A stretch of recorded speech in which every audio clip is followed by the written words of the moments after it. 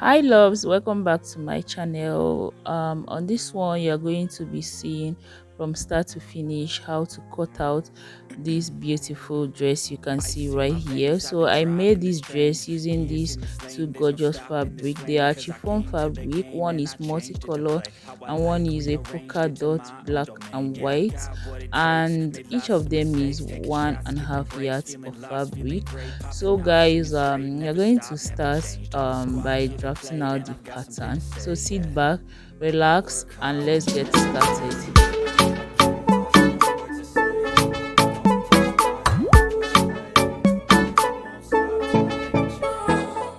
So I decided to make use of a pattern paper for the drafting of this dress because a chiffon is kind of slippery and you don't want to make any mistake. So guys, we have to start by marking out a starting line. If you have been a subscriber here, you know that this is like a routine. Okay, so after that, after the starting line, we have to go ahead and mark out the bust point, the waistline, the hip line, and then the length of the dress. But this actually is not the length of the full gown. This is like half length of the gown, because on the onset you can see from the picture that there is this gathering effect on the down part. So that is actually the full length, and that is like 10 inches away from the knee.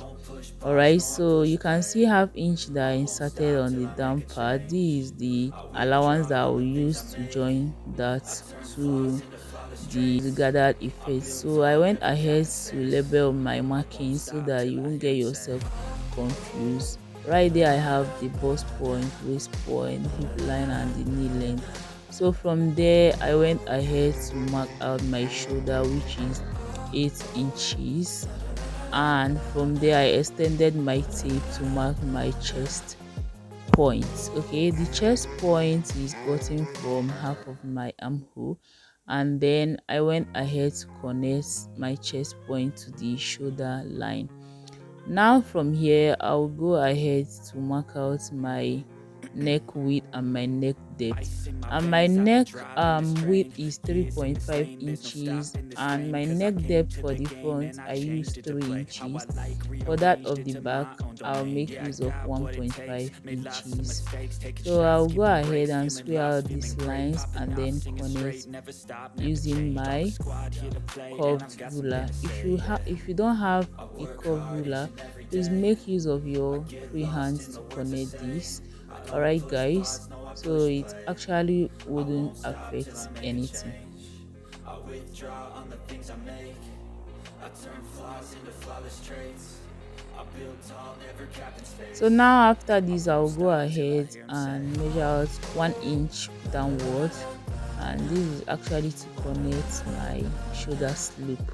Okay, so from there I will measure from that shoulder slope to the chest line, which I will measure the line in between, and then mark out half of it, and then I will go in by half an inch. Okay, so to carve out my armhole I will go ahead and then mark out my body's measurements. My bust circumference is 40 inches. I divided by 4 and I got 10 inches plus 1.5 inches and then 1 inch for joining. So this 1.5 inches is actually your choice to make. All depends on how free you want your dress. For this one you can see from the picture that is actually a free dress. Okay, so if you like it to be a little bit fitted, you could make use of 1 inch. Remember that this dress is not having a zipper, so at least make use of 1 inch to ease the dress a little, so that it will be able to pass through your head. Although this dress should pass through our head, because the neck should have like a slit and then with a tie on the neck. Okay, so I went ahead to mark out all my body's measurement, and that part of the hip, because this is a free dress, I'm going to connect whatever I have on the hip straight down to the half length. Okay, so this is not like our pencil or our shaped dress that we would reduce 1.5 inches from whatever we have on our hip. Okay, rather you should extend whatever you have on your hip straight down. All right, I guess you understood what I mean by that.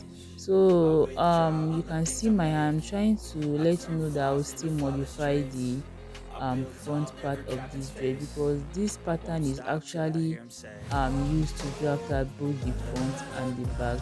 And I went ahead to add up my half inch for the shoulder allowance. Please endeavor to add this whenever you are cutting out your pattern, or you could actually add up this when you're cutting on fabric. So after that, I went ahead to cut out my pattern, which I did by cutting out the front pattern first. And after this, I'm going to go ahead and bring a fresh brown paper, which I'll be using to like cut out the remaining part of the length. Okay, remember I told you that from the shoulder to the first part is actually 31 inches, and the length of this gown is actually 41 inches. So it's actually remaining 10 inches to get to the full length. So that is what I'm trying to cut out, but I would cut that separately because I'm going to use a kind of separate material on that, and that material should be the polka dots black fabric. All right, and then I went ahead to note the down part of this pattern, so I won't make mistake of joining the down part to the upper part. So this arrow I'm trying to put here is to indicate that I would be joining this to the other parts. All right, so after this one, I will go straight and then bring in my fabric, and then first off I'll cut out the back piece. All right, and before we move over to the front, so after I'm done cutting out the back pieces, I'll go ahead and trim out the back neckline so as to work on my front. Okay, so on that front I went in by half an inch and then went down by 4 inches, meaning that from this slash I'm going to create, that is the slit, to the shoulder, I should have 7 inches. Okay, so after I'm done with that, I'm going to bring in my um fabric again, fold into two, that is unfold. I'm going to cut out the front piece.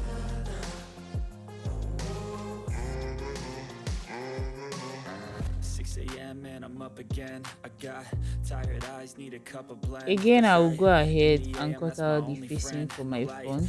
So for the facing, I'm actually going to cut facing for just the front. Yeah, meaning that the back does not necessarily need a facing, because I'm going to cut like a collar, that is a belt for the back and the front, which I'm going to join in from back to the front. All right, so I'm trying to cut out the facing right now. If you can't do this trying to hold your fabric in place, please make use of your pins. All right, so working with a chiffon can be very difficult, so you need to work with your pins. There is nothing like you're a professional when it comes to chiffon. All right, so what I will do right now is to bring my front pieces.